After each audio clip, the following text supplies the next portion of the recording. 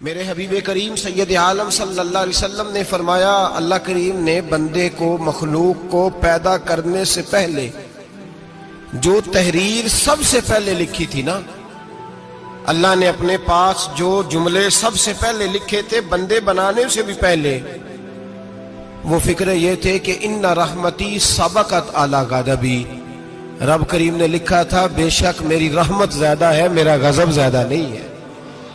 اس نے لکھا تھا کہ میری رحمت ہمیشہ میرے غضب پر غالب رہے گی، غلبہ رحمت کا ہے۔ سنیں بڑی پیاری حدیث، بڑی خوبصورت حدیث، کنز المال میں دیگر کتب احادیث میں ہے۔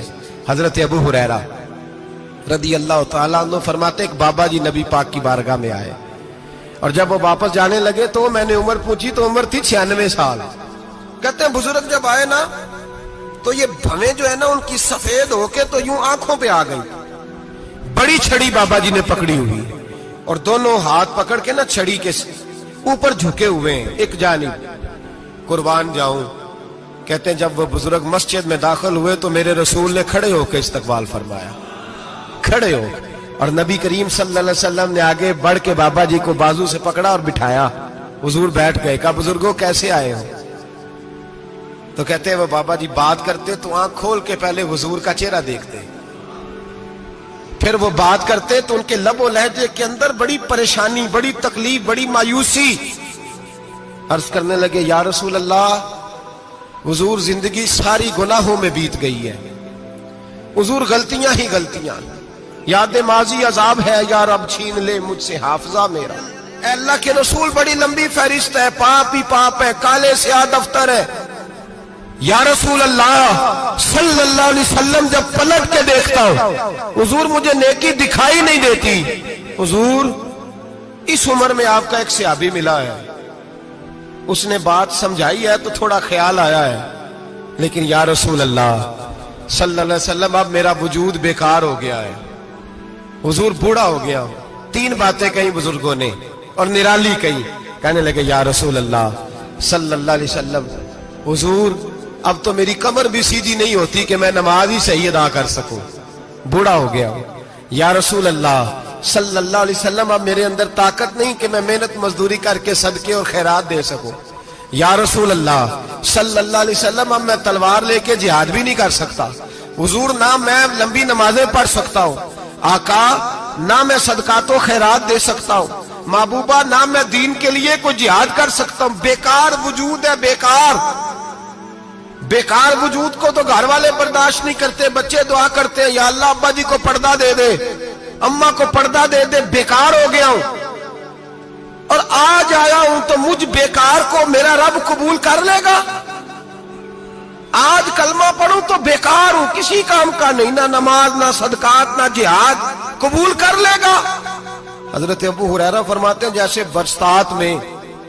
برسات میں بارش کی جھڑی لگتی ہے، یوں مصطفیٰ کی آنکھوں سے جھڑی لگ گئی، حضور کھل کے روئے، کھل کے۔ اور میرے حبیب پاک نے فرمایا بزرگوں بڑے مجاہد ہیں، دین کے لیے جہاد کرنے والے بڑے ہیں، رب کریم کو آپ کی تلوار کی اتنی حاجت نہیں، اور فرمایا اس کے خزانے کوئی خالی تو نہیں کہ آپ ہی گویا صدقہ دیں گے تو بھرے جائیں گے، اور فرمایا پھر رب کریم کی شان میں اضافہ نہیں کرتی عبادتیں، وہ تو بندے کو نفع دیتی ہیں۔ میں بزرگوں نہ آپ جہاد کریں نہ آپ صدقات دیں، لا لمبی نمازیں پڑھیں، آپ صدق دل سے آ جائیں، اللہ کے رسول کا وعدہ ہے رب آپ کو بغیر حساب کتاب جنت عطا فرما دے گا۔ آنا تو شرط ہے کہ نہیں؟ آئیں تو صحیح، نہ پہنچے تو صحیح، آ جائیں، اس کو نہیں عادت صدقات و خیرات کی، جہاد کی، تبلیغ، آئیں تو صحیح نا۔ ان العبد اذا اعترف ثم تاب تاب اللہ علیہ، میرے حبیب نے فرمایا بندہ جب رو کے کہتا ہے نا یا اللہ غلطی ہو گئی معاف کر دے، فرمایا میرا مالک اسے فوراً ہی معاف فرما دیتا ہے۔ تو آ تو صحیح، تو آتا ہی نہیں، تو آ ہی نہیں رہا، تو گھر میں بیٹھا ہوا ہے، تو سویا ہوا ہے، تو دکانداری کر رہا ہے، تو پیسے گن رہا ہے، تو آیا ہی نہیں، آ تو صحیح۔ بلکہ میرے نبی پاک فرماتے ہیں جب اللہ پاک کا بھاگا ہوا غلام آتا ہے پھر تو اللہ زیادہ راضی ہوتا ہے، پھر تو اللہ زیادہ راضی ہوتا ہے، زیادہ راضی ہوتا ہے، تو آ تو صحیح، پہنچ تو صحیح۔ بلکہ صوفیاء تو اور بات کرتے ہیں، وہ کہتے ہیں تو کبھی بھول کے بھی رب رب کرے تو اللہ تو اسے بھی قبول کر لیتا ہے، بھول کے۔ ملا رومی کہتے ہیں بنی اسرائیل کا بندہ ہے،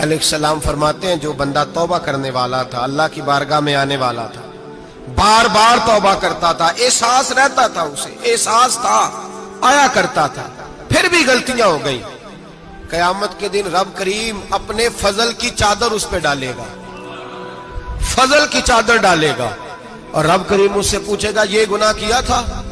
اور نبی پاک فرماتے ہیں اس نے بڑے بھی گناہ کیے، اللہ چھوٹے چھوٹے گناہوں کے بارے میں پوچھے گا، یہ غلطی کی تھی، یہ گناہ، بندہ ڈر رہا ہے، وہ کہہ رہا ہے پتہ نہیں سزا کیا ملے گی، کیونکہ دنیا میں بھی ڈرتا رہا، یہاں بھی ڈر رہا ہے، شرط یہ ہے کہ احساس والا ہو، آتا رہو، پھر بھی غلطیاں ہو گئی، خیال کرتا تھا، محنت کرتا تھا، نیک ہونے کی جدوجہد کرتا تھا، کوتاہیاں رہ گئی، یہ گناہ کیا تھا یا اللہ بھول گیا تھا، یہ گناہ کیا اللہ مجھ سے غلطی ہو گئی، یہاں بھی کیا تھا یا اللہ غلطی ہو گئی۔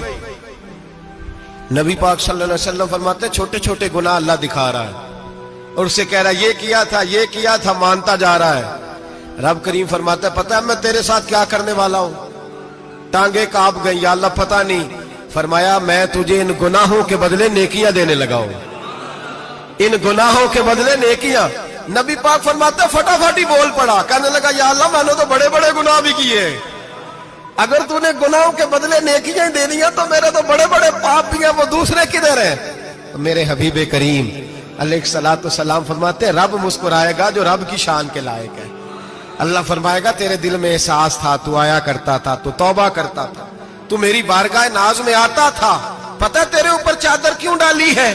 یا اللہ نہیں، فرمایا میں تجھے اپنی رحمت کی چادر میں چھپا کے جنت میں داخل کرنا چاہتا ہوں۔ میرے بھائی تو آ تو صحیح، تو پہنچ تو صحیح۔ میرے نبی کریم علیہ الصلوۃ والسلام نے ایک دن صحابہ سے پوچھا ایک بات تو بتاؤ، بخاری مسلم کی حدیث ہے، یا رسول اللہ پوچھئے۔ نبی پاک صلی اللہ علیہ وسلم نے فرمایا اگر کوئی آدمی صحرا میں سفر کر رہا ہو، بہت بڑا صحرا ہو، اونٹ پر اس کا سفر ہو اور اس نے اونٹ پر کھانے پینے کا سامان باندھا ہو، پیسے بھی رکھے ہو، پانی بھی رکھا ہو، تھک گیا سفر کرتا کرتا، درخت کی ایک ٹہنی کے ساتھ اونٹ کی نکیل باندھی اور درخت کے نیچے لیٹ گیا آرام کرنے کے لیے۔ اللہ کے حبیب فرماتے ہیں اچانک اس کی آنکھ لگ گئی، جب جاگا تو اس نے دیکھا کہ اونٹ تو غائب ہو گیا ہے، اب نہ کھانا ہے، نہ پانی ہے، نہ پیسے ہیں، اور صحرا بڑا لمبا ہے، پیدل سفر بھی نہیں کر سکتا۔ تھوڑا سا ڈھونڈا، پھر موت کا انتظار کرنے لگا، سوچنے لگا اب موت آئے گی، اب مر جاؤں گا۔ اللہ کے محبوب فرماتے ہیں تھوڑی دیر گزری، جب بالکل مایوس ہو گیا تھا تو اچانک نظر پڑی تو اونٹ اس کا سامنے کھڑا تھا۔ نبی پاک سے صحابہ سے پوچھتے ہیں بتاؤ، اس کی کل کائنات اجڑ گئی تھی، راز ضائع ہو گئی تھی، ہر شے لٹ گئی تھی، دوبارہ اسے مل گئی ہے، بتاؤ اسے کتنی خوشی ہوگی؟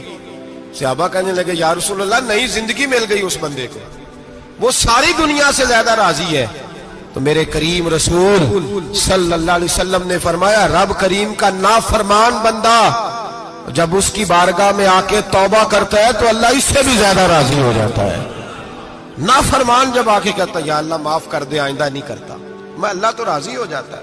اور حبیب پاک علیہ السلام فرماتے ہیں وہ اتنا کریم ہے، جب بندہ اپنے رب سے صلح کر لیتا ہے، توبہ کر لیتا ہے، تو اللہ زمین کو کہتا تو بھول جا میرے بندے نے گناہ کیا ہی نہیں، آسمان سے کہتا تو بھول جا میرے بندے نے گناہ کیا ہی نہیں۔ پھر رب کریم فرشتوں سے فرماتا ہے کہ مٹا دو جو تم نے لکھا تھا، میں نے اپنے بندے کے ساتھ صلح کر لی ہے۔